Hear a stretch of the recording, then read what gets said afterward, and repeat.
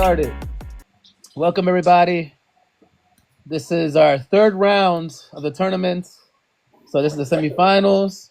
We have Kayj going up against Jim on the proposition aesthetic realism is true, where Kayj will affirm, and we'll begin with his opener. He'll have 7 minutes, and Kayj will start your timer whenever you say your first word. All right, so check it out. It's like this. Today, I'm going to defend a position known particularly as aesthetic realism, more specifically, moderate aesthetic realism, a view clearly developed by Mr. Dr. Zangwill. Yes, two fucking titles, whatever. I want to begin with a simple observation, one that, all of us have some type of feeling or had some type of intuition towards at our lives. There are moments when our life or beauty just sort of hits us. A song's melody catches your breath. A landscape catches your thoughts if you touch grass.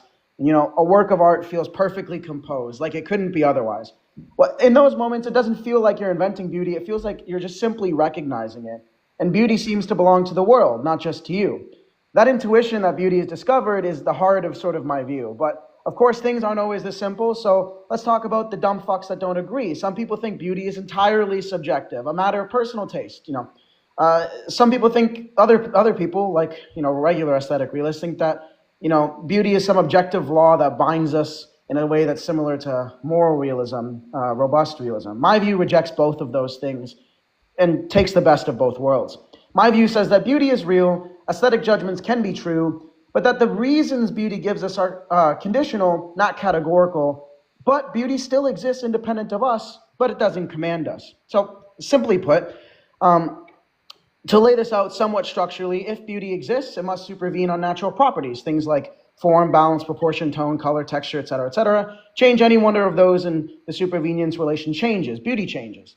Aesthetic judgments are truth-apt and stance independent. When we say something is beautiful, we're not describing how we feel, we're making a claim about the object, and that claim can be right or wrong. If aesthetic judgments are truth-apt and stance independent, then beauty is real, because its truth doesn't depend on anyone's preferences or conventions. Beauty gives us reasons for aesthetic engagement, to admire, to attend, to appreciate, but these reasons only apply if we care about the aesthetic domain. Therefore, beauty is metaphysically stance independent, but normatively conditional.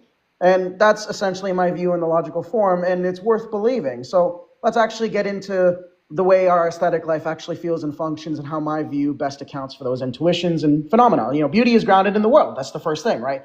The first idea that beauty supervenes on natural properties, I'm just saying here that beauty isn't mysterious or some ghostly quality, like some non-natural view that I think there's some type of beautifulness that floats around in the world, as if you can reach out and touch it. My view says that beauty depends on real observable features of things, their symmetry, their color, their melody, their tension, their release. If those change, beauty changes. That's why we can argue about art. We can point to features, not just feelings. If someone says a poem is beautifully written, we can look at its rhythm, its iambic pentameter, its diction, its internal balance. We can show what makes it beautiful. Beauty isn't just type of a metaphysical hidden essence. It's a real pattern. That's why we have professionals in the field. And beauty is not just true. It's not just felt, but it's true. The claim that aesthetic judgments are truth-apt, if you will, and stance independent. When I say this painting is beautiful, I'm not just simply reporting some fact of my preferences, like I like this. I'm making a claim about the object itself, a claim that can be wrong.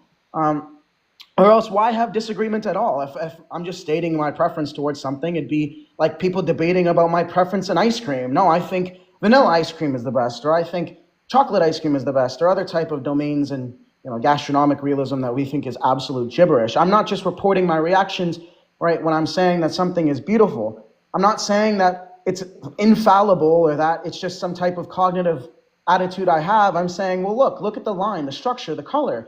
This thing is beautiful. And I try to get others to see those same things when I use these features to track the true feature of the world, making my judgments truth-apt. I also think beauty is real, but please don't get this twisted. I don't think it's categorical.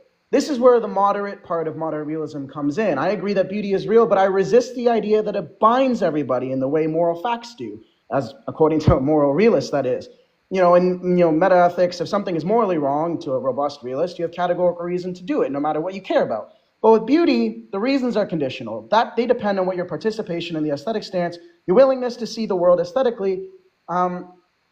For example, if you're a musician, you have reason to seek harmony. If you're a painter, you have reason to balance color and form. If you're someone attending to beauty, you have reason to admire what's beautiful. But if you're completely indifferent, if you simply don't care about the aesthetic, you're not violating reason itself, you're just simply missing out. Right? Beauty gives us reasons, not obligations. It moves us, but doesn't command us. This distinction between metaphysical realism and normative modesty is what makes my view moderate. This will be confused throughout the debate and be a constant talking point. Keep this in mind. I want to say that beauty exists independently of my attitudes, but it only gives us reasons to those who stand in the aesthetic domain. Now, why should you accept this over my interlocutor's view? Well, I just given you a litany of reasons explaining how it accounts for your everyday intuitions, but if that's not acceptable, I'd say it's because it captures the best of both realism and subjectivism without collapsing them. It takes the best of both worlds. I say that pure subjectivism can't explain why aesthetic disagreement matters in the same way my, vanilla preference is more important than the chocolate, why I appeal to objects' features when an art critic talks about a specific art from a domain. Robust realism, on the other hand, about aesthetics can't explain why people rationally ignore beauty, why someone can fail to appreciate art without being morally defective, implying this categoricity of our reasons. Well, my realism, Zangwill's realism, gets both intuitions correct. I preserve the objectivity of beauty, but it's saying it's real and out there, and my perception is what determines it, but not really relating back to the sort of queerness about categoricity that seems to be gibberish to the anti-realist here. Well, my view is powerful because of that very fact. It takes beauty being a part of the world's fabric, not mere inventions of preference, and I treat them as real and something like that. So all I want to say here is that to be a moderate aesthetic realist is to stand between two illusions. The illusion that beauty is the only in the eye of the beholder, and the illusion that beauty is a universal law that binds all people equally. But instead I affirm that beauty is in the world, and what we call it is conditional, our attention, our care, our openness. But beauty doesn't shout, it invites. It compels us, it reveals. But we don't just project my meaning whenever I say something's beautiful. I'm just sort of taking leaves and uncovering it from the thing that I'm observing. And that's what it means to be a moderate aesthetic realist, to believe that beauty is true, that it's grounded in the world, that it gives us reasons to those who care, and that it reminds us quietly but insistently that there's more to the world than utility, power, or preference, more than just my mere subjective attitudes. Beauty is real, but it only speaks to the ones who will care to listen, and I hope you all care to listen to me today. All right. And that will conclude Kayj's opening. And now, Jim, it's your go. And you get 7 minutes whenever you say your first word. Ladies and gentlemen, lovers of beauty and skeptics of it, let us begin not with an argument, but with an image. Imagine we're in a gallery. On one wall, a Picasso, fractured faces, chaotic geometry. On another, a blank white canvas. Someone sighs deeply. Oh, profound minimalism. Another whispers, that's just white. And our dear aesthetic realist friend over here claims, clearing his throat, no, actually, one of you is wrong. Now, if this doesn't make you chuckle, well, it should, right? Because that is the metaphysical burden of aesthetic realism. It tells us that beauty, subtlety, grace, ugliness are not only felt, they are found like fossils in the strata of the world. It insists that aesthetic judgments are A, cognitive, B, truth apt, and C, made true by something in or about the world. In other words, beauty, they say, is out there, waiting to be discovered under a microscope somewhere between carbon and chlorophyll. My view, beauty isn't found, it's made. It's born in the dance between sensibilities and the world and the world's affordances. To call it objective is like insisting that love is a mineral or that poetry is a species of geology. Now, let's look at the 3 commitments that our friend here has, although it sounds like he's trying to eat his cake, have his cake and eat it too.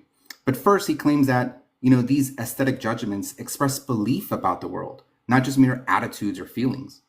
But when we say this song is hauntingly beautiful, and are we really asserting a fact or performing an act of sharing our senses of meaning? Saying that judgments of beauty are cognitive is like saying a sonnet is a spreadsheet. It mistakes form for function. Second, the realist says these judgments are truth apt. There's a fact of the matter about whether poem really is beautiful. But whose standard decides that truth?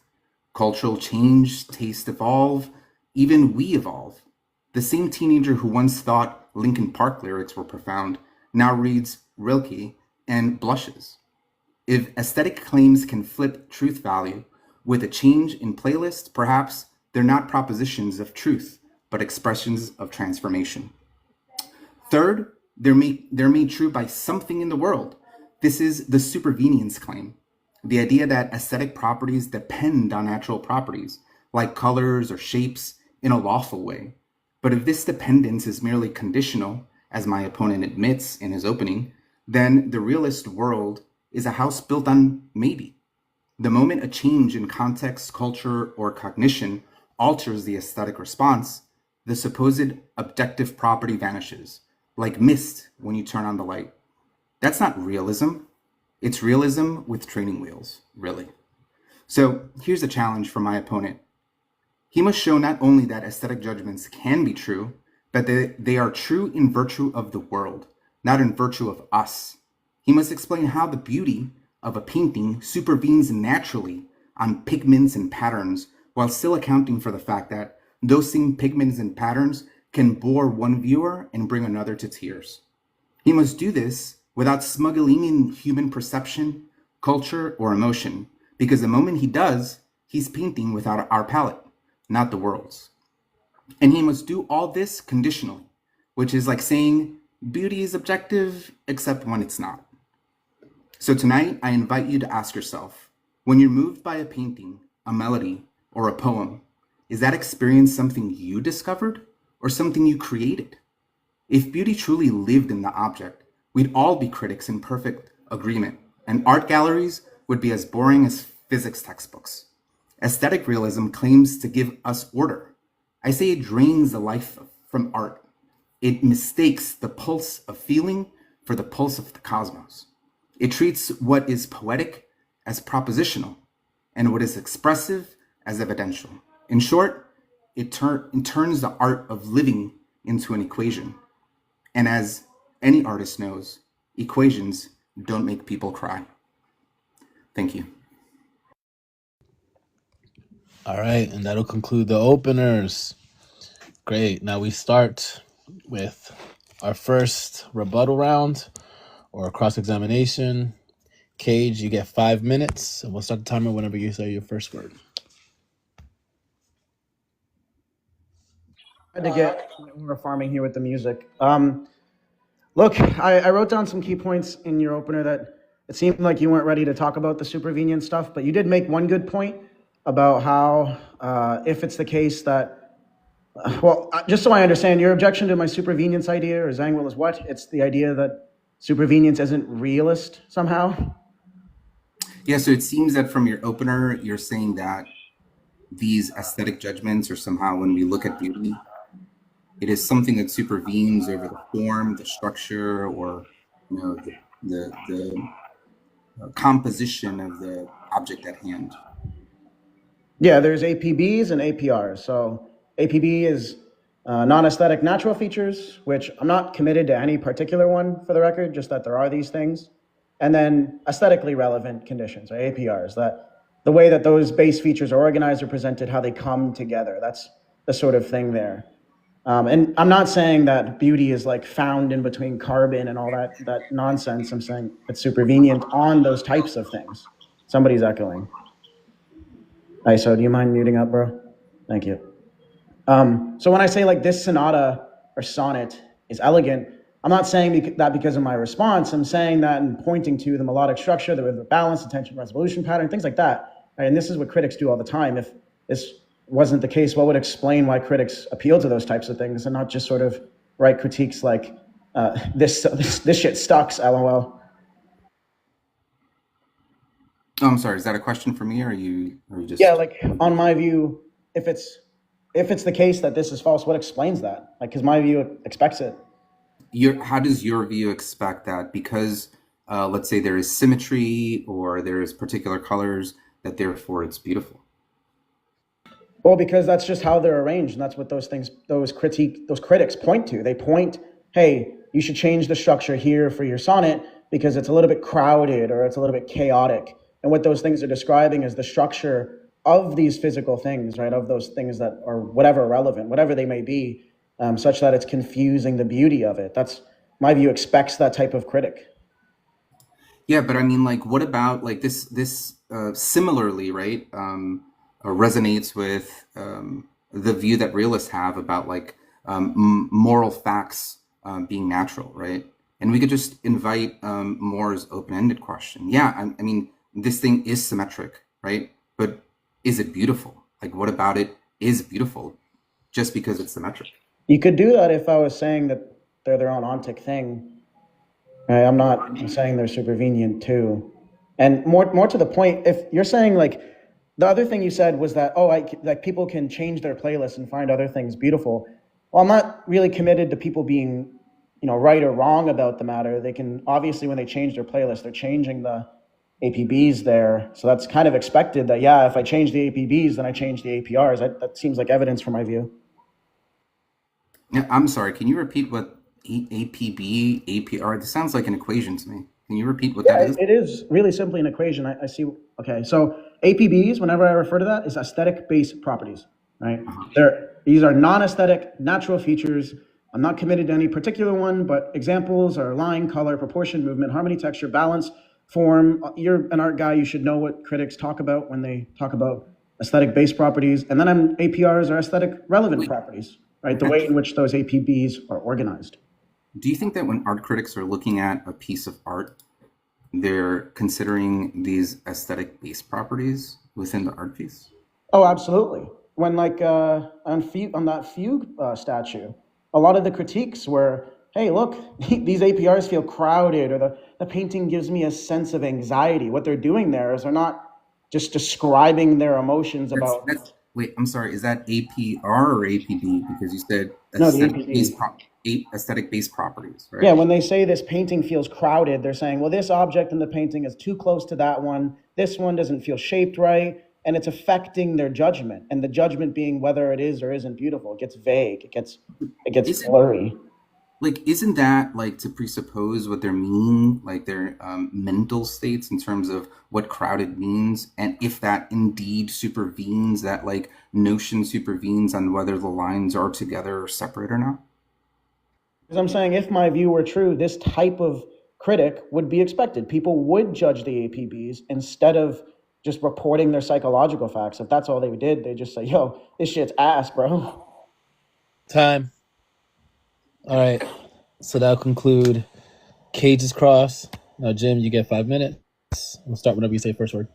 Yeah, so like I'm trying to understand your view a little bit, because it seems as if though you are seeing that it's the best of both worlds. I'm not seeing how this is any different than, like, let's say, for example, under moral realism, right? I'm sorry, under moral anti-realism. If I'm like a non-cognitivist and I don't think that like morality, actually, like moral propositions are saying anything, but I'm like a quasi-realist, right? Where I use the language. Like, are you saying that I'm a little bit confused about your view on how this is real, right? Like, because you're saying you have the best of both worlds. In what way? Get truth-opt, well-grounded, and non-categoricity. Oh, okay. So great. Let's dive into that. What is the first of all? How do you make sense that when we're using the language that these are actually truth apt or cognitive, rather than just expressing what the viewer is feeling or kind of viewing because of the art piece or the music? Well, I do that because I kind of talked about this in my opening a bit, but I think it's fair if I expound. So if it's the case that they're not actually these art critics, and the way that art critiques and art panels and judges operate is wrong, then I'm not sure why we would gather a bunch of, accoladed people and people in the field to levy their opinion when their opinion is nothing more than a report of their mental state. Why explains why I go for the doctorates in the field or the practicers of the field instead of just walking off the street and asking random people. Yeah, but I mean, like, are you saying that because we have discourse or aesthetic disagreements, that therefore we're pointing at something that is real? No, I'm saying like, okay, how we treat non-cognitive discourse is like, if I say I like jazz, I don't like, you wouldn't say, yo, you're wrong.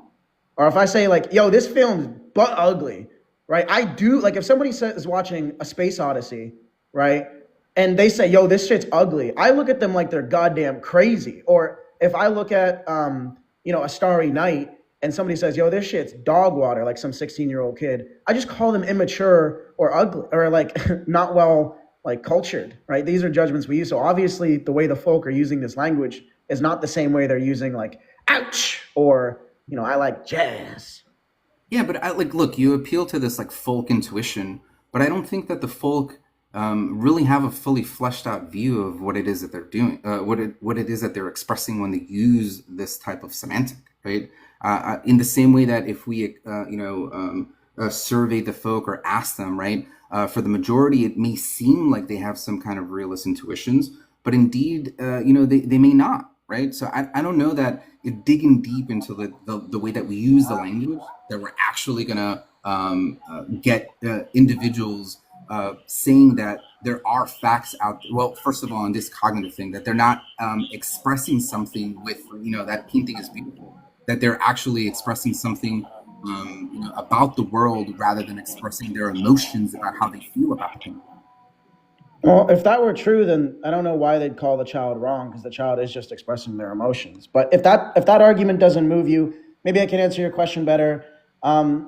Why would we have aesthetic education or expertise? Why do people train to make better aesthetic judgments? Critics, musicians, designers, art historians, they spend millions of dollars trying to improve their craft. If it was just a taste thing, they just survey a bunch of people, right? But the improvement there is a cognitive act, tracking something. Otherwise, it's better or worse if you get training and education. I take it that you would say an art critic who went to school for the shit is more apt to make judgments about art than if I pull Joe Blow off the street.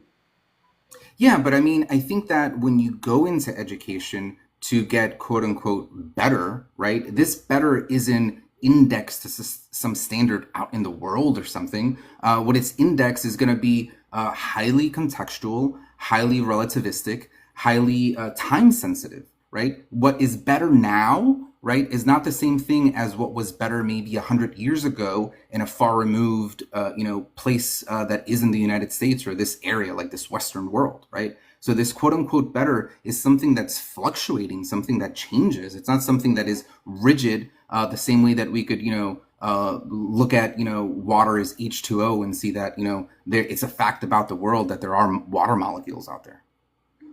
That's compatible with my view, because again, I don't comment on the particular APBs there. They could be a contemporary, non-contemporary, absurdist. It's fine with my view.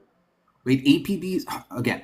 ABPs, aesthetic base properties. There. Alpha, Bravo, Pronto. Okay, let's go. All right, time for the second round of cross examinations. We'll start with Kayj. Hey, Kayj, whenever you say first word. In the Naruto intro music, it's bothering me. Okay, I guess we talked about the first tenant on my cross. The second tenant being, we talked about truth, aptness on yours. So I guess we'll just move to reasons, because I know that, a lot of anti-realists in general have problems with stance-independent reasons. But I have news for you, Jim. What do you think about my view rejecting categoricity? Categoricity? Is it like some normative? No. So yeah, categoricity about reasons is typically something normative. If I say that painting is beautiful, right, the robust aesthetic realist would say that there exists a normative pull, and entailed by that painting is beautiful, it follows that you should admire this, right? I reject that, and presumably so do you as well. I think that that's false. I think what it is if one is inclined to be in the aesthetic scene, right, then they have reason to find the painting beautiful or not, depending on its APBs. Is that amenable to you? Do you have any objections to that? I'm still unclear about how this view. So can you just go over that one more time? Maybe I'm just not it's not clear in terms of so here's my conditional view of reasons. If you care about aesthetic value, then you ought to admire beauty. But if you don't, you're not doing something aesthetically wrong. You're not violating reason, in the same way that if you want to win the chess game, you should castle your king. Okay. I mean, so what you're saying is that insofar as I want to make a painting that has some type of property, I should follow this standard or baseline or something?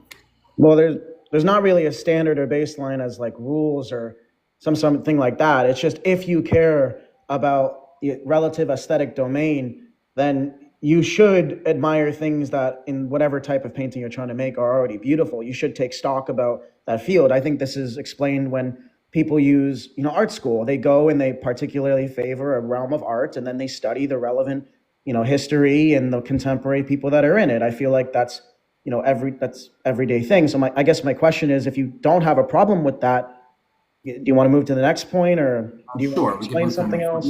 Yeah, no, that's fine. I think I kind of capture that concept of it. Okay, do you want me to explain APBs and APRs some more? Because I know that Yeah. So ABPs, Alpha Bravo pronto. Pronto, right? I understand those are kind of like symmetry and Well, they can be. I'm not entirely sure what they are. I just know that there are non-aesthetic natural features, right? And that's what makes my so view. non-aesthetic natural features. By that you just mean Yep. like form, composition, Well, texture, it stuff like can that. be, right? Because I want to be quiet on those things so I can avoid critics that robust realists face. Like you mentioned earlier that the domain of art changes. Absolutely agree with you. I read earlier today something about John Kayj, who is sort of the opposite of me, right? He thinks that, and this is more of a like comment about art, but I think it is relevant here. He thinks if I take a picture frame, punch out the middle, and just walk around my city like looking at things through that frame, whatever I look at behind the frame is art. I don't have to do anything else. Mhm. And I'm saying, well, on my view, that's not entirely accurate, but it's compatible because APBs, like the non-aesthetic natural features, line, color, proportion, movement, harmony, texture, balance, all those things can change. And the APBs are perfectly fine with changing, and my view remains the same because it's not the particular instances of both properties, it's just the relationship they're in. Okay, and so that's ABPs. What's the other one? ABRs? I said it wrong. Aesthetic relevant reasons, Alpha Romeo Romeo. Okay. That's just the way that the base features are organized and presented. And that's obviously going to be context dependent. If you're a sculptor, you're not going to give a fuck about what lens you should be using in photography, right? So I'm fine with saying those things are context relevant. And from those two things, a property emerges, property being beauty. It's not reducible to those two things, but it depends on them. Okay. Those two things seem clear, but I'm failing to see how, if there are aesthetic base properties which can change, these are going to be, like you mentioned, No, cultural, non-aesthetic based, non-aesthetic, sorry, non-aesthetic natural non-aesthetic, features. yeah, not they're, but you call them ABP, aesthetic Yeah, base properties. yeah. Yeah, yeah. But these change, and the change in these base properties are going to be contextual to like culture, right? They could change, Well, and yeah, they can be absolutely. perfect. And then the aesthetic relative reasons are supervening over these assumptions, right? They're Aesthetic making fun of relevant relations. relevant relations. Okay, I wrote relative reasons. Relevant. Well, if these change as well, Okay, wait. Hold on, it's time. okay, Right, it's we could 5 minutes. Okay. we could just Yeah, no, just continue. do them. Yeah, go ahead. Yeah, 5 minutes. Go ahead. Yeah, if these base properties change based on culture or context, and the relative relations that also change because they supervene on these, which are ever changing and fluctuating, I fail to see how then this is not going to be like indexed to some kind of like culture in order for us to understand what is beautiful, or judge something being beautiful. It seems relativistic. It doesn't seem objective. Yeah. Yeah. It's. I don't need to be in the Aztec culture to appreciate hieroglyphs beauty, right? I just need to posit these two things, right? I want to say that beauty emerges from the APBs, right, or ABPs, excuse me, um, and that there exists this type of relationship therein, no matter what they are. Like, and this might be an example. Consider any type of painting, right? It has base properties, brushstrokes, line, composition, blah blah blah. Think of Bob Ross or whatever. The arrangement is might be particular to Bob Ross, even. It might be so like relative as to him, right? If I see a Bob Ross painting, that shit's iconic, right? We all fall asleep to him, ASMR type shit. But the painting's beauty is not, as a robust realist would say, it's just there's this red property, triangle property, brushstroke property, and beauty property. I'm saying how those red, triangle, brushstroke come together, right? There exists a supervenient aesthetic property that's dependent on the features still real and objectively instantiated, because the epistemic question is divorced here. If it helps you think of it, think of like type B physicalism about the mind. It's the same sort of relation there. Sure, but I mean, like, I'm still not seeing, like, it's hard to grasp that this relation, because there's symmetry. Therefore, everyone would agree that such a painting is beautiful, or such a painting is ugly, or a piece of music that they're listening to. They don't? Sorry, I interrupted. Go ahead. Yeah, no, that's fine. I mean, but your claim is that this relation necessarily makes it such that it is beautiful. Not for all arrangements, right? Obviously, art critics spend hours and hours sitting in theaters arguing about the aesthetic-based, non-aesthetic-based properties, right? That's what they do. And I'm saying, look, I mean, if what you're asking me, if I'm interpreting you charitably, is take any object, duplicate its aesthetic or non-aesthetic-based properties, would they both be beautiful? Well, insofar as those two like aesthetic-based properties are identical, then yeah, but you're just asking me, would I create another object for which is identical to the previous one that I already think is beautiful? Then of course it obtains, right? That's not a problem. But if you're asking me, is there still exists epistemic disagreement such that we have reason to doubt whether these non-aesthetic based properties make it such that beauty exists? Well, no, that's just like science. There are still flat earthers, even though we all agree science is a stance-independent domain. There are still people that try to argue with empirics that it's wrong that the earth is spherical. That's just to say there exists disagreement. That's fine. Yeah, I mean, like, I don't know. I mean, it doesn't sound really convincing that these because that there is this fact that, you know, we see these non-aesthetic properties within things.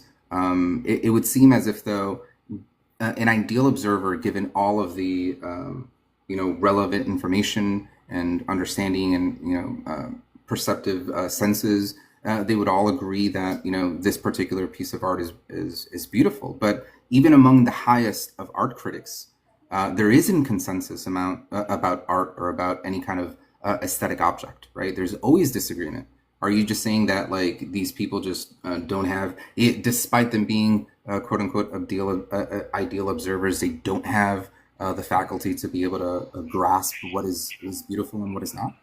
Yeah, so good question, right? And this was the question I had when investigating The View. You know, David Davies, R. Monroe, right? They want to say the same type of objection, like, look, if we take an ideal observer, somebody who's like omniscient or close to that, just a fully informed, you know, person, and give them two different works of art that another person that's equal in their field is labeled as beautiful, it's still perfectly possible, if not plausible, given how we know these people act, that they disagree.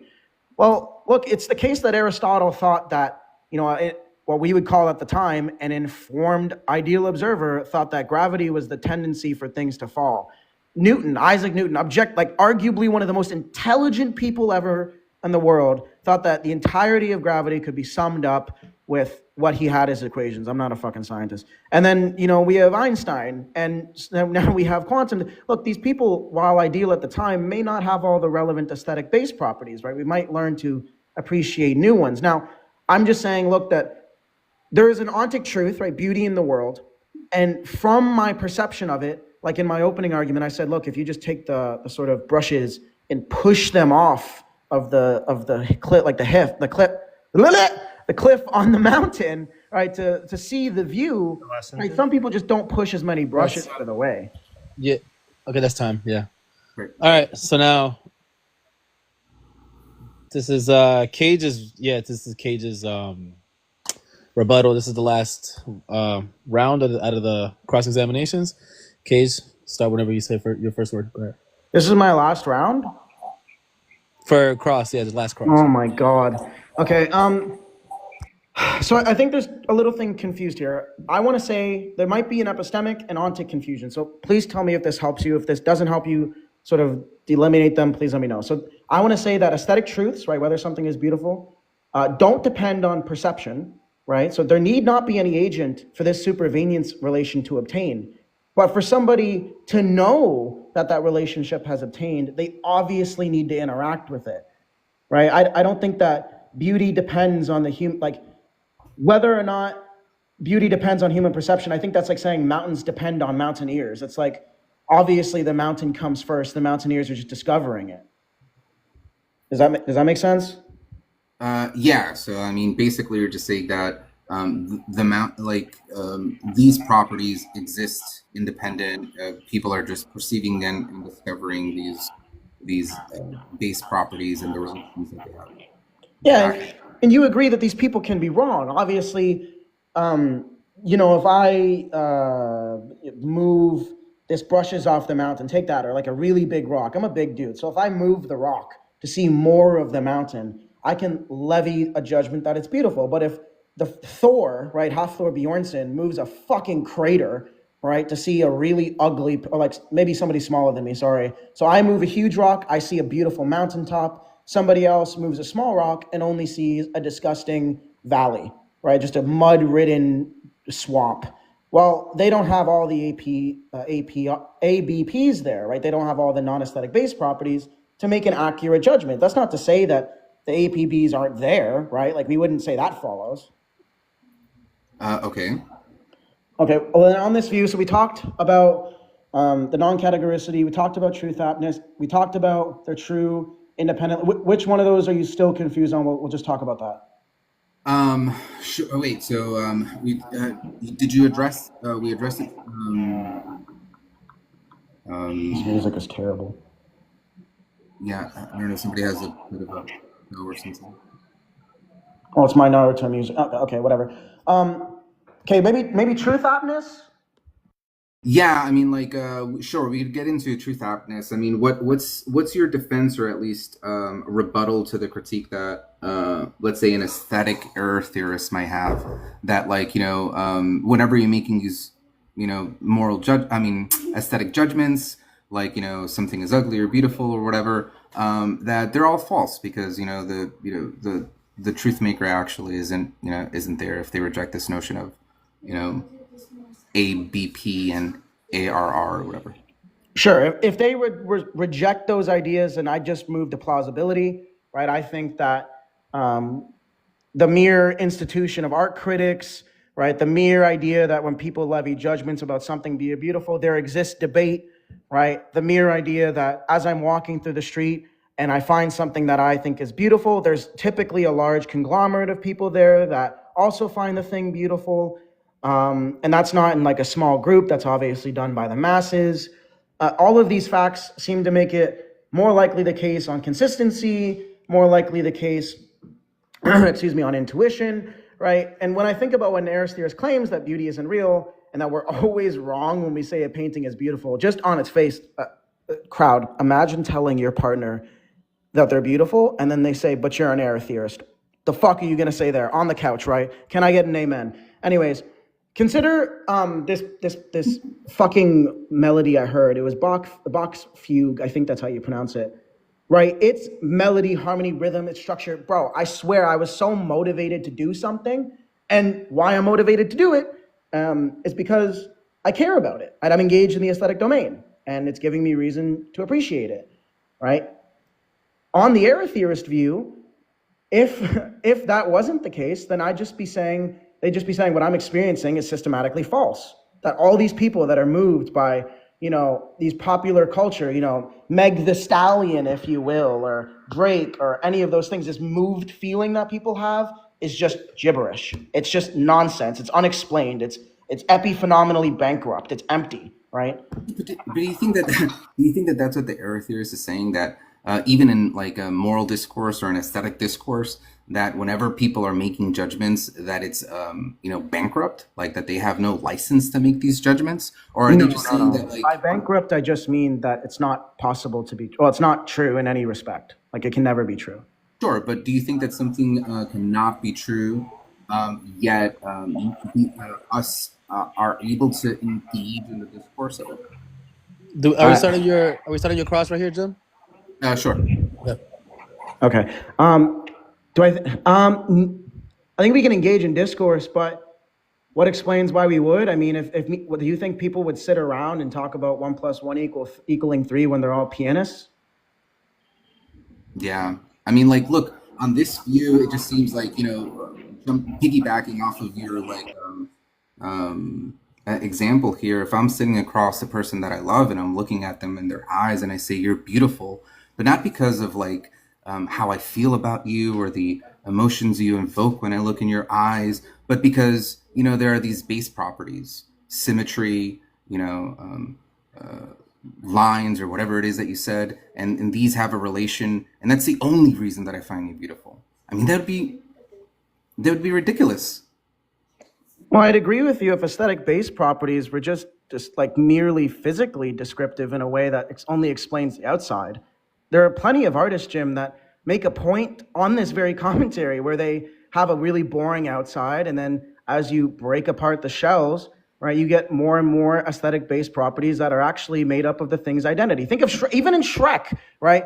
When you peel a fucking, what's it called? An onion. Right? Shrek is like an onion. I can't tell if it's sorry. Just yell at me if I can't really hear you because I'm using my phone mic. But peel the onion, and the more you peel, more and more and more, you find more ABPs that are true of the thing, true of the identity of the person. So no, honey, I don't just love you because you got a fat ass and a nice rack. I love you because you're a kind-hearted person. You have a beautiful smile. The way you treat people is amazing. And in addition to the fat ass and nice rack, the way that those things make up who you are, generate this property that supervenes on that thing. It's beauty. Yeah, so are you telling me, look, if we existed in a world without perceivers, right, without people to perceive these, you know, base properties or whatever, like, I don't know, like if all minds vanished, are you telling me that something like the Taj Mahal would still be beautiful?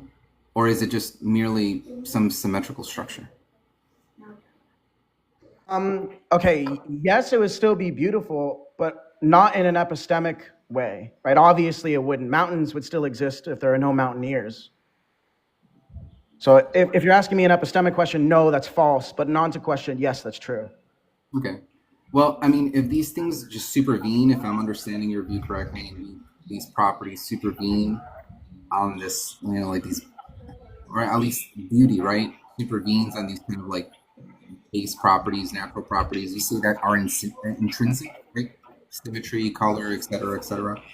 How do you explain the normative that we do from these particular features to an evaluative one, right? When we're doing the judgment, that because of these features, therefore, there is beauty, there is harmony. You know, you don't think that leap is supplied by our response rather than by the thing itself?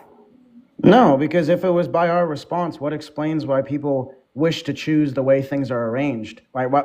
Instead of art critics saying, you know, my response just here is because of like some other type of causal explanatory thing here. What explains why they say, yo, you should change this, change that, and then you'll be beautiful? Or it might, like, then we'll come back and, you know, I'll perceive it again. Yeah, but those changes, like you already admitted to earlier on, fluctuate. And they fluctuate based on, they fluctuate based on context, based on time, based on, like, you know, the relativeness of where this art is being done, right? So the reason that they would say that is because they're influenced by the context, not because it's something about the world that they're trying to, you know, aim toward.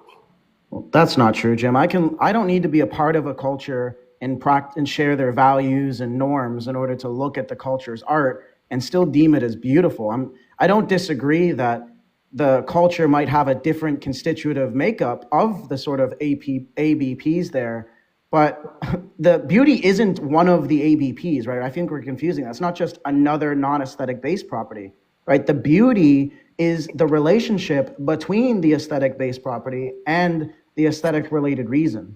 That's fine, but I would reject that on the basis of, like, this presupposes that the way that we view art here in the West is what makes beauty, i.e. symmetry, you know, balance, you know, color, whatever. But that's not the case, right? We could even look at the philosophy in the East of wabi-sabi, right? This is a Japanese philosophy that looks at the imperfection, the disharmony, the chaos as something beautiful, right? So if it was the case that there were particular base properties that make something beautiful, then we wouldn't have these other views of beauty that don't align with what you're talking about. Time. Okay, time. That's time. All right, so we move on to the closers. Kayj, we'll start your timer whenever you say your first word.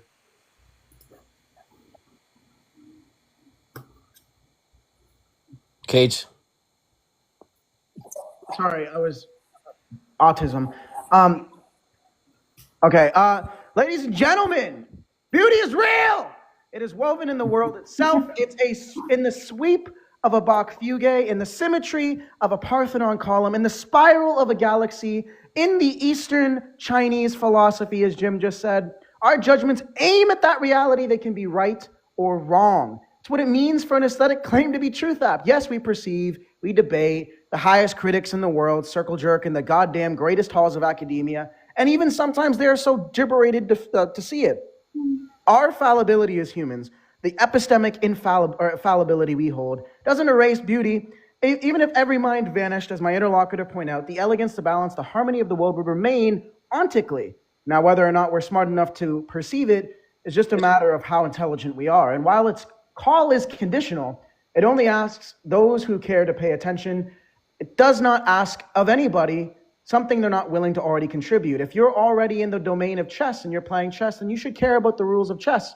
You should care about castling. You should care about progressing your pawn structure in the same way that if you're climbing a mountain and you're inclined to, take a step back and smell the roses, as it were, then you should find the mountaintop, or you should be interested in finding out if it's beautiful. Conditional reasons. My interlocutor here failed to do three things. One, he failed to bring into question whether or not my judgments are truth apt.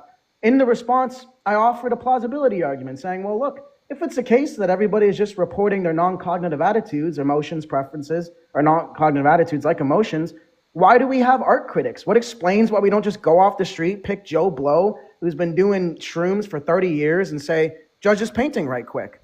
What explains why we have this whole higher academia of judges and these panelists and so on and so forth?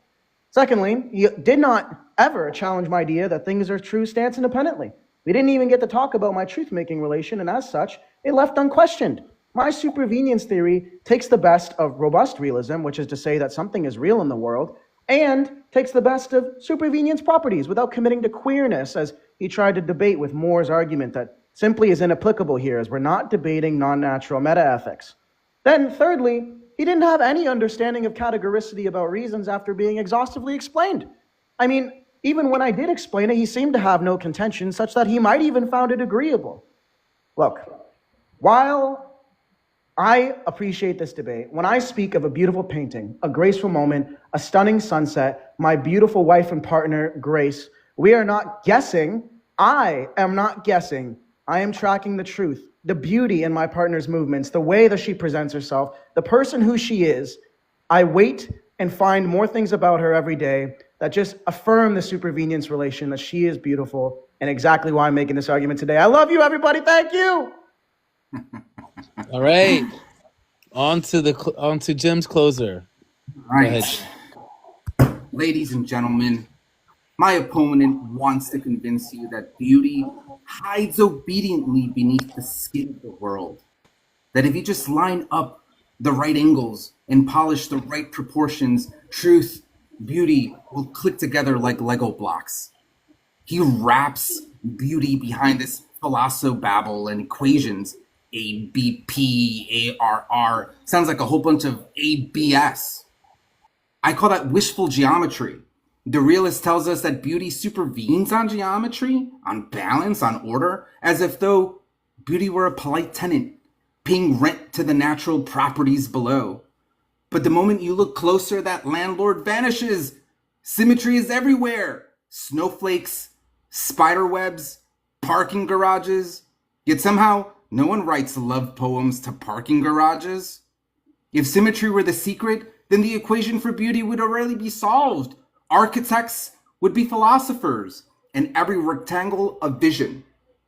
But we know that's not how we encounter the aesthetic.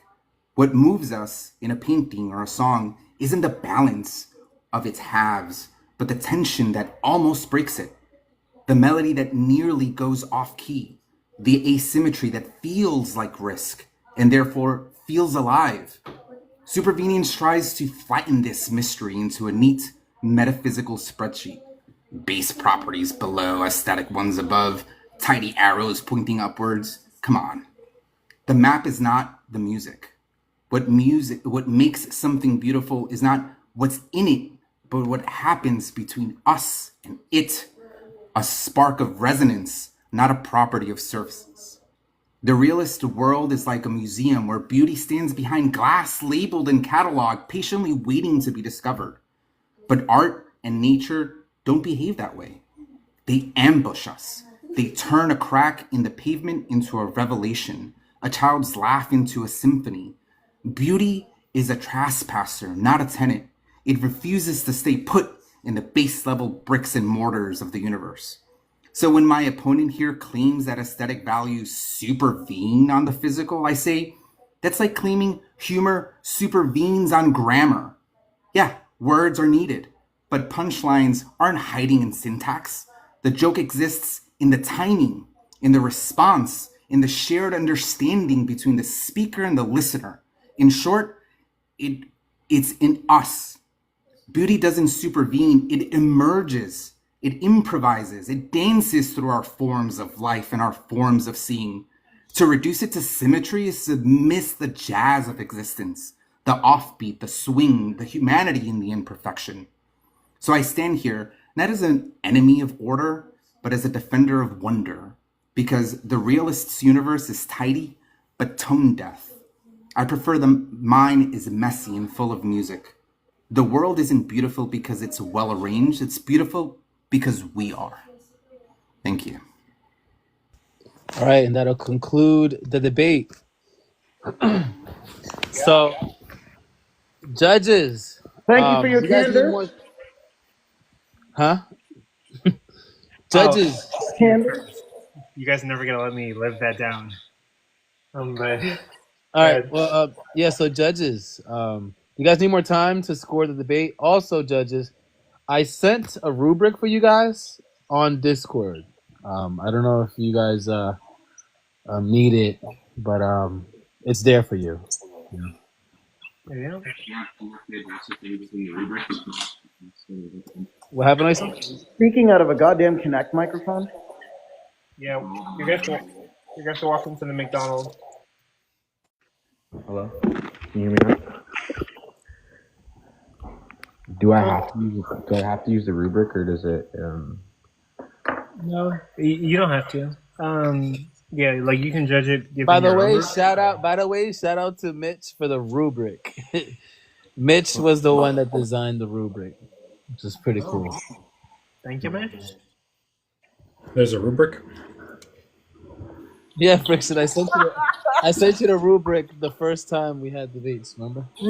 Troy, here's a rubric? It's the same one. I learned about a rubric.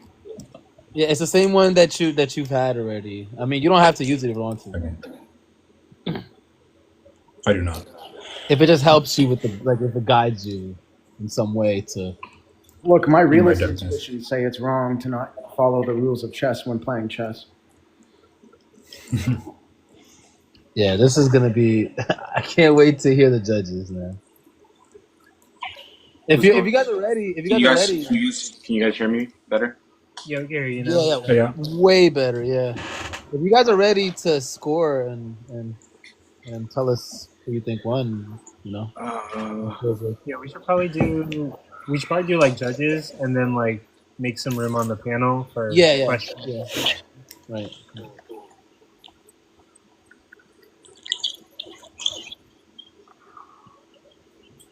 Yeah, whenever you guys are ready, you know.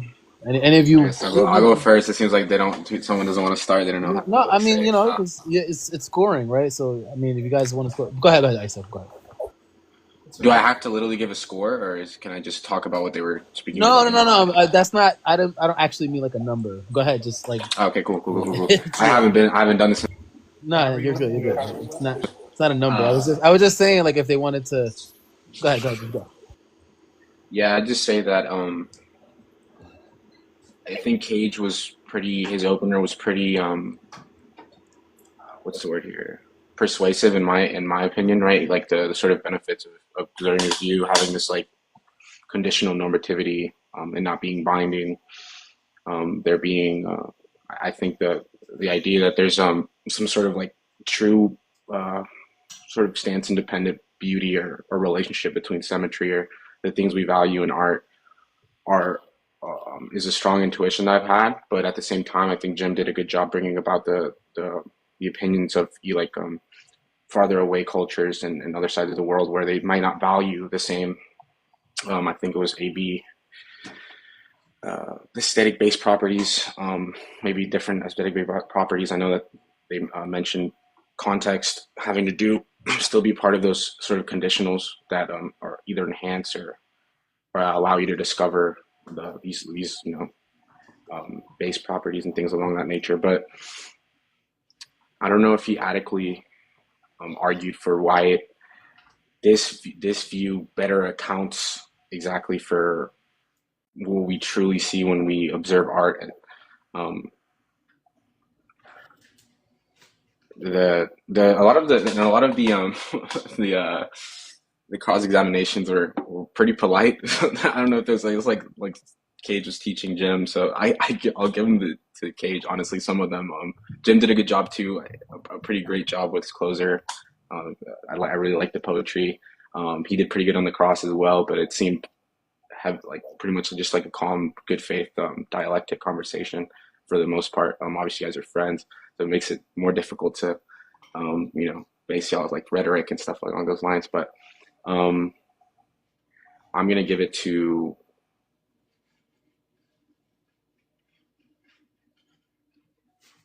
Kayj.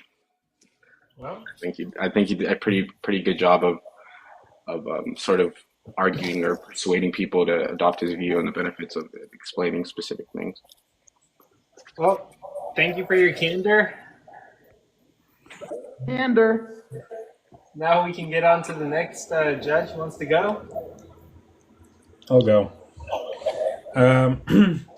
Yeah, I agree with a lot of what Iso said there. I thought the openings were both good. I thought Kayj had a pretty strong opening in particular.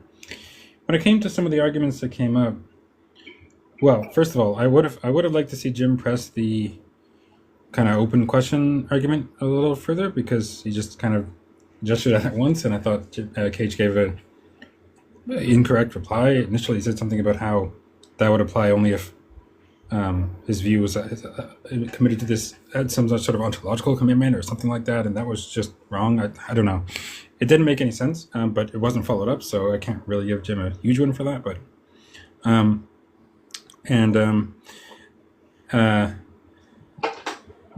the main arguments from Kayj, it seemed to me, were just his own intuitions or people's collective intuitions about particular cases, certain set of judgments, and how it not being dependent on how they just feel or something like that. And then the inference from there being these sorts of disciplines having to do with aesthetics, with film or art and so on, and people put a lot of money into that and they have disagreement, and also there's some disagreement, but also a significant agreement. And that those are pretty good. I thought they could have been pressed a little better by Jim. Another argument that Jim raised, though, was concerning it seems, variability of correct aesthetic judgment by time or place or culture or context. I'm not sure that Kayj addressed that really well, because at one point he said, no, but I don't have to be part of the Egyptian or ancient Egyptian culture to appreciate the aesthetic qualities of their hieroglyphics or whatever. I don't think that was the point, though. The point is that it seems like the true aesthetic judgments seem to vary by time or place, and that, at least it might be alleged, is in tension with or incompatible with the sort of realism Kayj was endorsing. Now, personally, I do think there's a way to make those things compatible. You put the variability on the level of semantics, yada, yada, yada. But still, I don't think the way Kayj addressed that was correct. I thought Kayj did pretty well, actually, when addressing some of the concerns about like particular cases, like, the judging the beauty of a partner. His response that no, but there could be more things that count as ABPs than just maybe some of these surface features. And actually, that would seem, if he got another chance to reply to Jim's closer, I think he would say the same thing about much of what Jim raised in his closing. yeah, some of these asymmetries itself, in certain cases, can be aesthetically relevant properties as well. So, yeah, I didn't think that came across well from Jim towards the end there. I was a little bit confused about Kayj's view at one point where he said something to the effect of how the beauty emerges from the relation between the aesthetic-based properties and the ARRs. Maybe I misheard it, but that doesn't make any sense. The ARRs should be inessential to the aesthetic qualities. That should only be relevant to what motivates us or what reasons we have, and as a result of, in part, the aesthetic qualities. But regardless, minor quibble. I would have liked to see more discussion on the semantics and stuff like that. I think both debaters did pretty well. Definitely, as I've discussed, some shortcomings on both sides. But overall, I think Kayj came out a little bit better. So I'll give it to Kayj. Okay, thank you for your judgment. And the next judge can go. Wait, so is that like 2 for Kayj, right? Yeah. It's 2 for Kayj. All right. All right. Anyone else wants to? Oh yeah, I'm willing to go first. Sure. I've got like a bit of like an outline. I can't log into my Discord for like a phone verification related issue, so I've got like a kind of a schematic to hand. So obviously there's a preface because some people in the comments seem to be concerned. No, neither I nor any of the other judges have particular bias.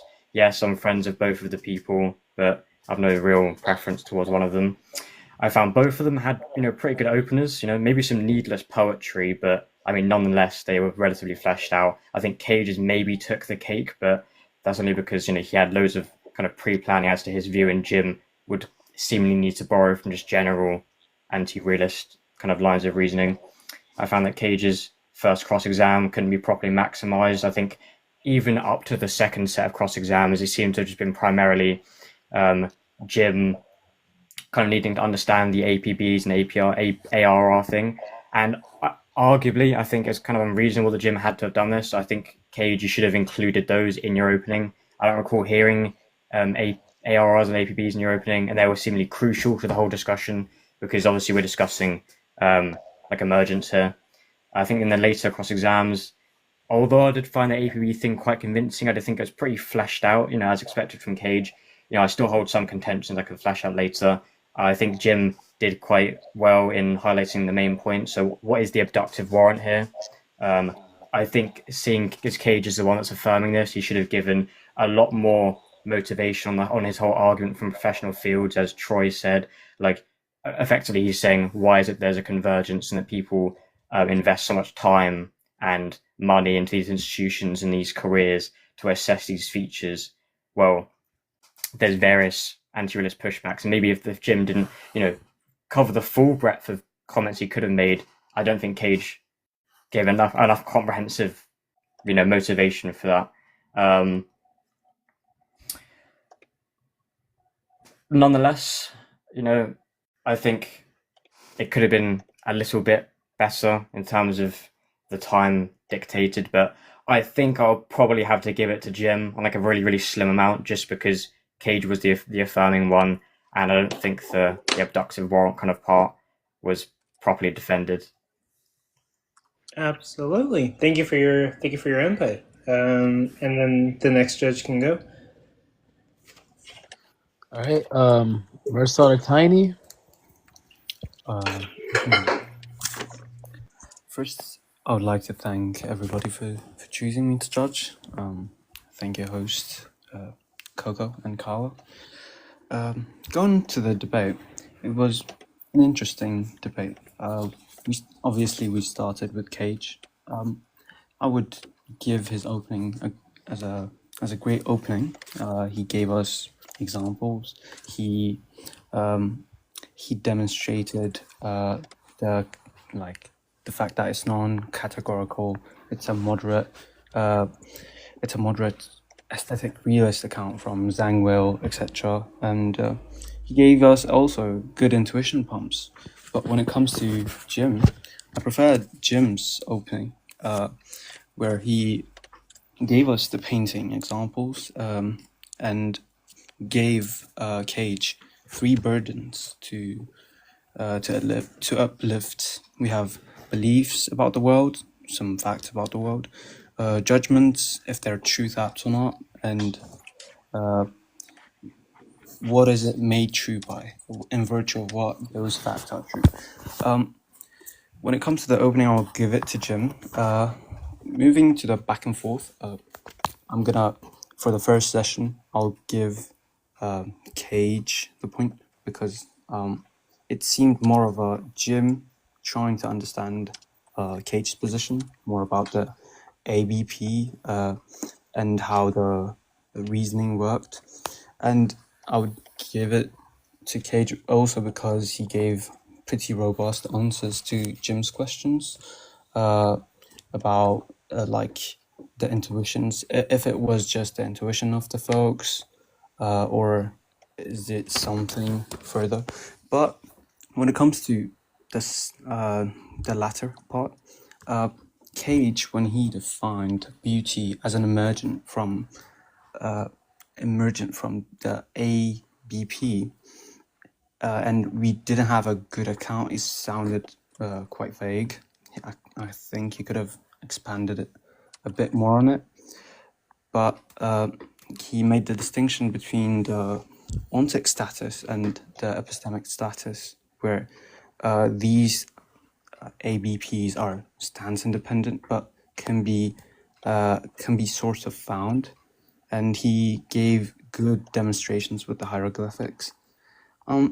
Quite vague on the participation part, because somehow he rejected participations, but somehow when you look into those forms of hieroglyphics, you're somehow participating in them.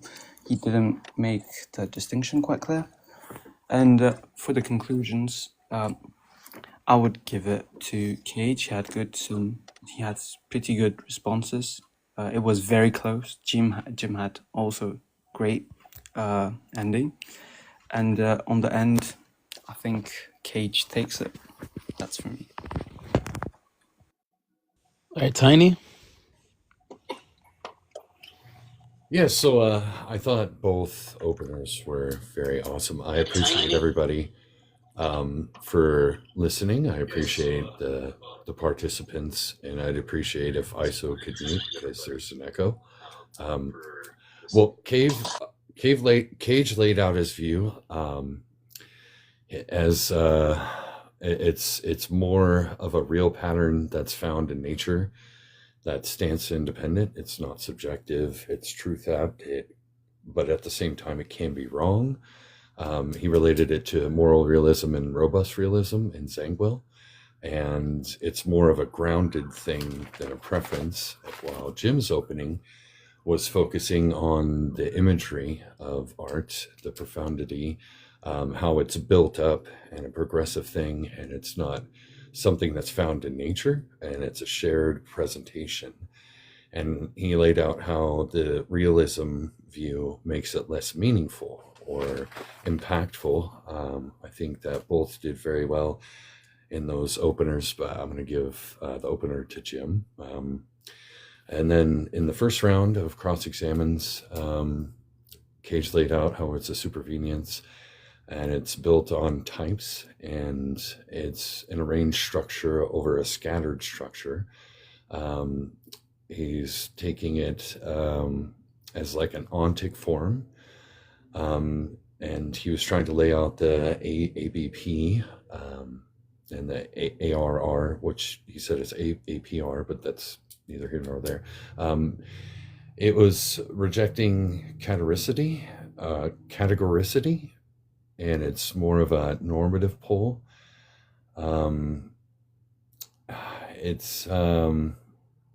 Jim was still unclear on it, and Kayj mentioned how it's somewhat of an ought, and there's standard or baseline in a type of domain, which I think kind of laid it out pretty well.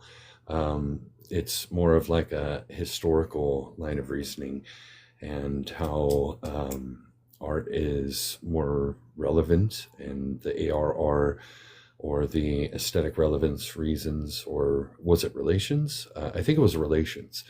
and how it has relevance, and that's how the beauty is laid out.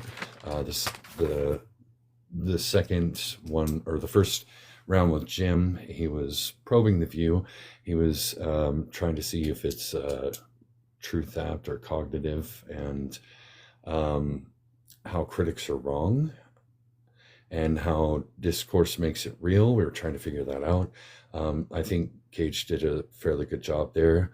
I think Jim did a pretty good job of pointing it out, how it's seemings versus stance dependency, which really, I think it's kind of an expression of feeling still.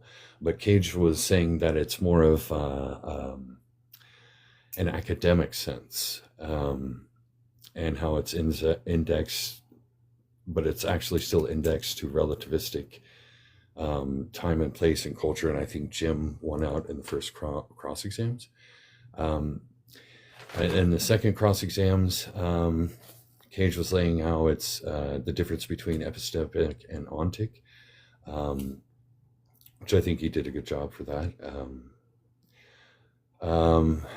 He was laying out how it's like a mountain, that mountain still exists, kind of like beauty still exists, whether somebody's there.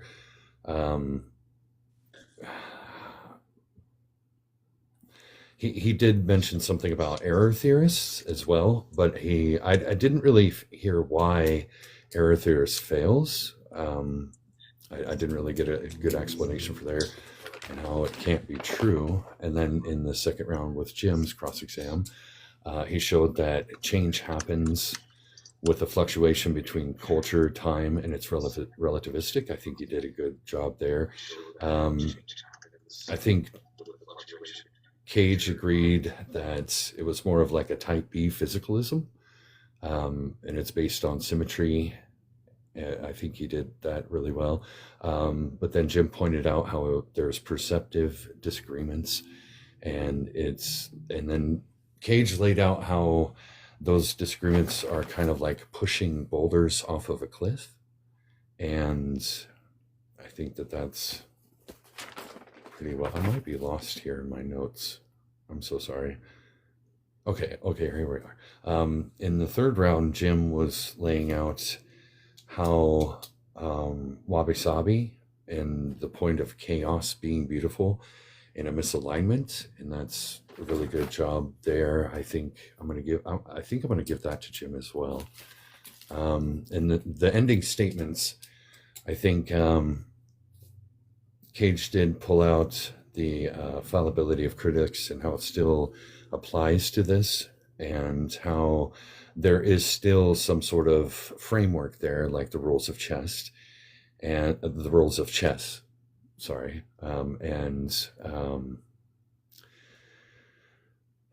how there's like a mountaintop, and how it's less plausibility and more up to art critics who are trained in the field. And I think I'm going to give the closing statement to Kayj there, even though Jim did lay out a really good form about how symmetry can't be beauty, like invoking like a parking garage as some beautiful structure. That was actually pretty good. I did appreciate that. He did say the map is not the music. I really like that.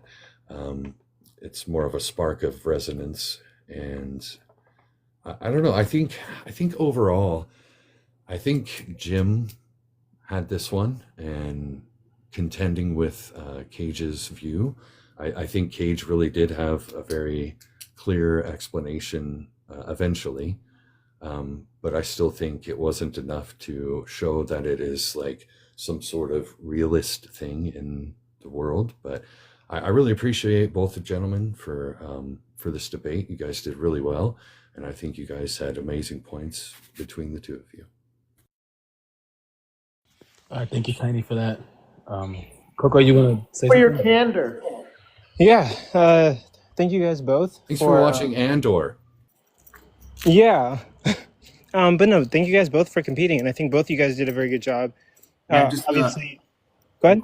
one quick question for all of the judges. Were those judgments objective or subjective? They should have been. They had a fucking roof. Subjective. I think I'm the ideal observer, so I'm gonna say they're objective. But yeah, I don't want to do this for another fucking week. It's for $300. You got this. Yeah, bro. Yeah, now, yeah, you're like close to the finish line. This topic. That's the only reason I did this. Well, Also, now you're going to the final rounds. You're probably gonna win. To the final. Wait, this is the semifinal. Is there a next semifinal? No, this is like It's the next one's the finals. So Kayj is gonna verse. Yeah, Kayj is no. This is no. The next one's the finals. And Kayj is gonna verse whoever the winner is, between Divinity and Joey. Tonight? Tonight, yeah. Oh. I'm Hey, hoping everyone in the comments there. like 10 minutes. Like 10 minutes. Yo, see, I skipped half the season to get at the final, and you know, now everything's good. Like all the debates are fire. I bet. Shit. This is gonna this whole tournament right now. These last rounds are gonna be crazy. You know, it's Also whoever wins the feel tournament, bad. I mean, like you're gonna have like bragging rights. You can say, "I won the professional debate league tournament and got $300." But I don't know if that matters. Kayj is gonna be more insufferable, bro. So actually, I studied philosophy, and I also won this major tournament. I've never in my life used my education as a flex. I'm actually relatively embarrassed by it. Come on now. You know damn well you're like, when you were like, oh wow, I really know my shit. It's a Boston University for philosophy. That's a huge fucking flex. Boston. Yeah. Oh, by the way, to answer Mitch in the comments, he's saying when's the final? It's next Friday. But also, like, yeah, both of you guys did very good, and like, obviously, we all respect you for like how much work and study that you guys put into this. Wait, I'm assuming you guys did, but like, did you guys read before this debate and look into? No, Evan was supposed to help me with the position because he had a really funny idea, and I texted him like 3 days ago. I get nothing, and I text him today. He's like, "Fuck, my account was hacked." I mean, wow. I don't know, but like this debate was scheduled for last week, and my interlocutor was so underprepared and so scared that he faked some kind of emergency just to get an extra week to prepare. Oh no! And so That's not what happened at all. Sure. Jim, can I ask you a question? Yeah, go for it. Why weren't you like aggressive? I think mostly you would. Well, like the view was very vague and unclear, and I wasn't sure exactly what I was supposed to attack, right? Because it doesn't, you know, like these things are conditional. They're not categorical. They have properties that they supervene. It's like it seems very nebulous, and so like I needed to understand the view a little bit in order to press on exactly how is this a realist view and how is it distinct from some like relativistic view. You know, so that's kind of like why I was trying to grasp the concept a little bit, because my interlocutor was very close-lipped about his position.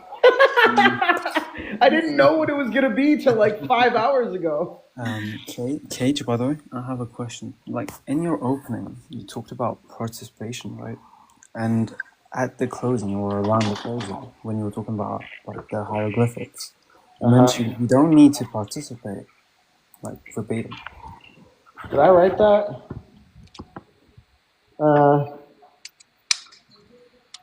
What? I didn't say don't need to participate. I said I talked about a painting. It's beautiful, graceful moment, stunning.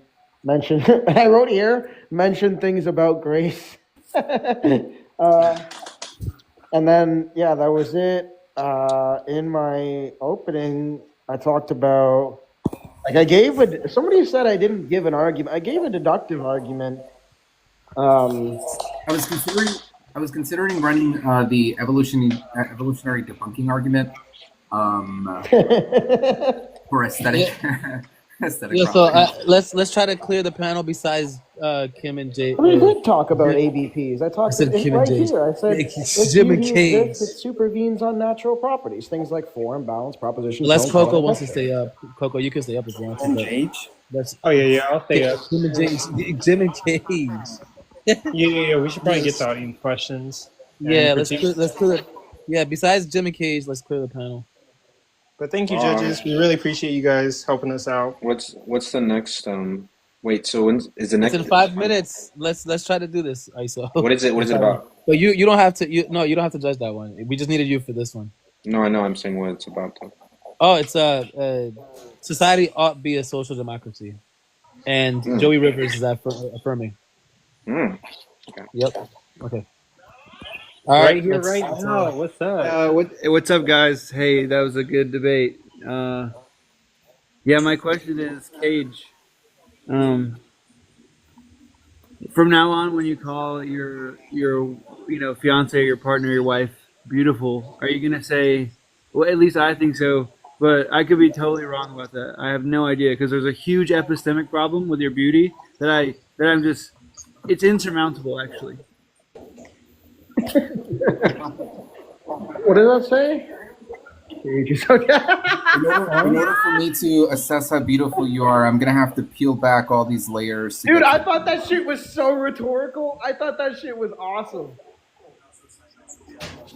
Wait, I have a question. I don't know if the next question can be answered, but like we've never seen someone use Shrek in a debate before. So like that was actually kind of cool. Okay, well, yeah, that was a yes or no question.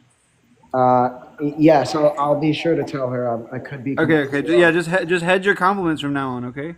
You could be wrong after all. Everybody could be wrong about everything. So, question. I don't know if this question was already asked, but I'm gonna ask it anyway. The question is, Jim, I think you asked a really good question about, cross culture, aesthetic judgments, and then Kayj responded with saying, I don't have to share the culture of ancient Egyptians to think it's beautiful.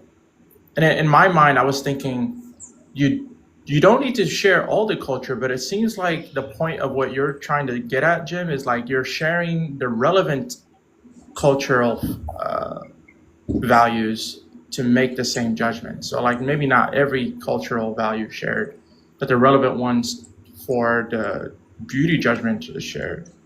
Is that what was trying to be said, Jim? Are you asking me? Yeah.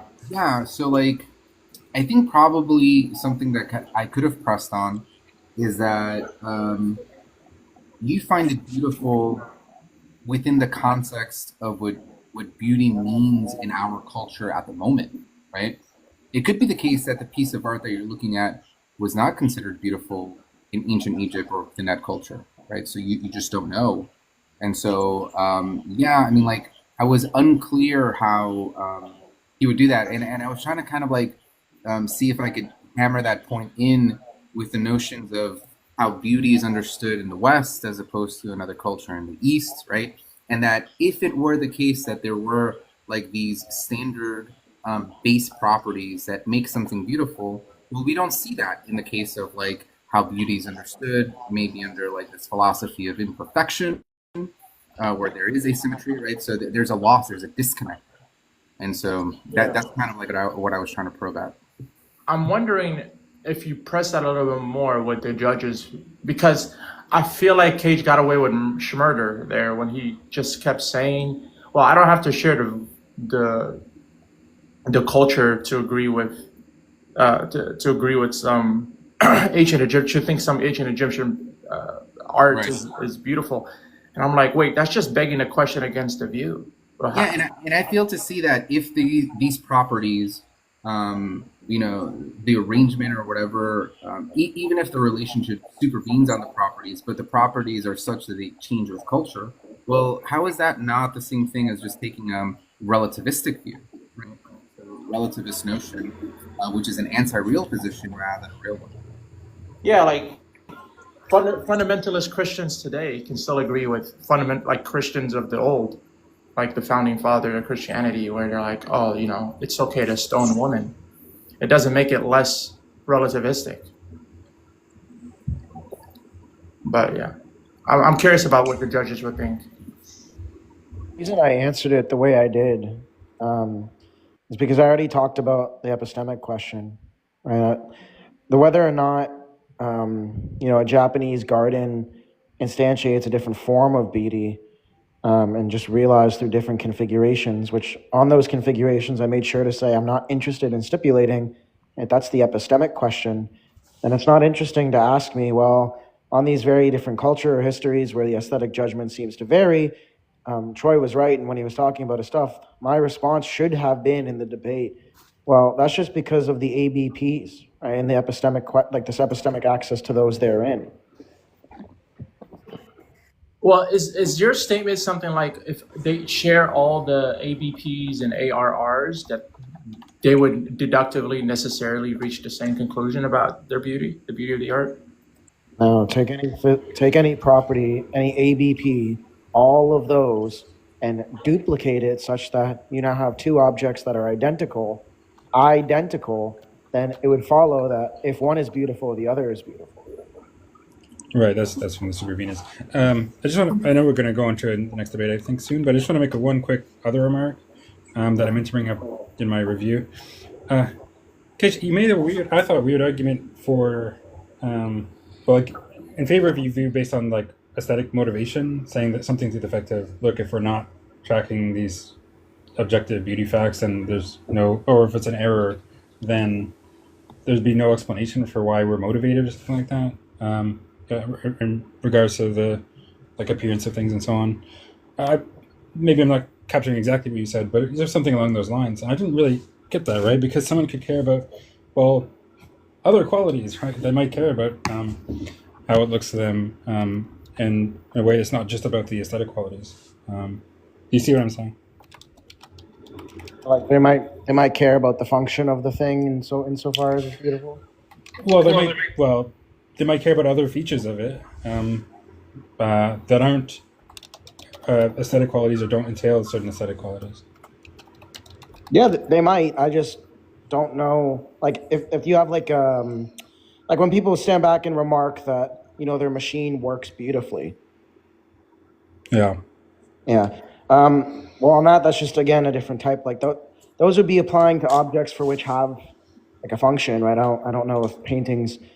You could say that paintings hang on the wall beautifully, but is that the painting or the frame? And are you really making a judgment of the painting and or the frame? I don't know. No. But just thinking about a painting, right? Someone might like certain symmetries or whatever. Of course, they're going to agree that they have those features, right?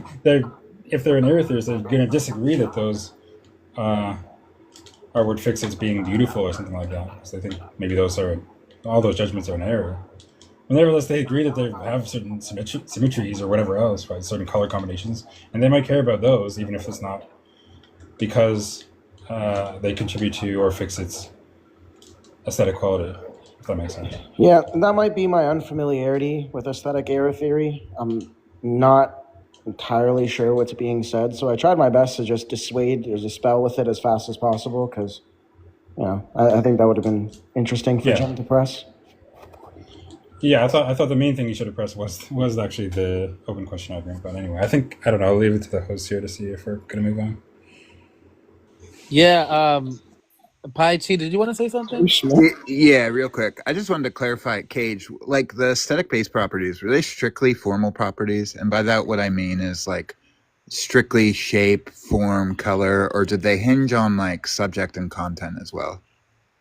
I'm not really want to comment on particulars. I just want to say there exist non-aesthetic natural features. Whatever you take them to be subjectively is fine. It is a type of relative view.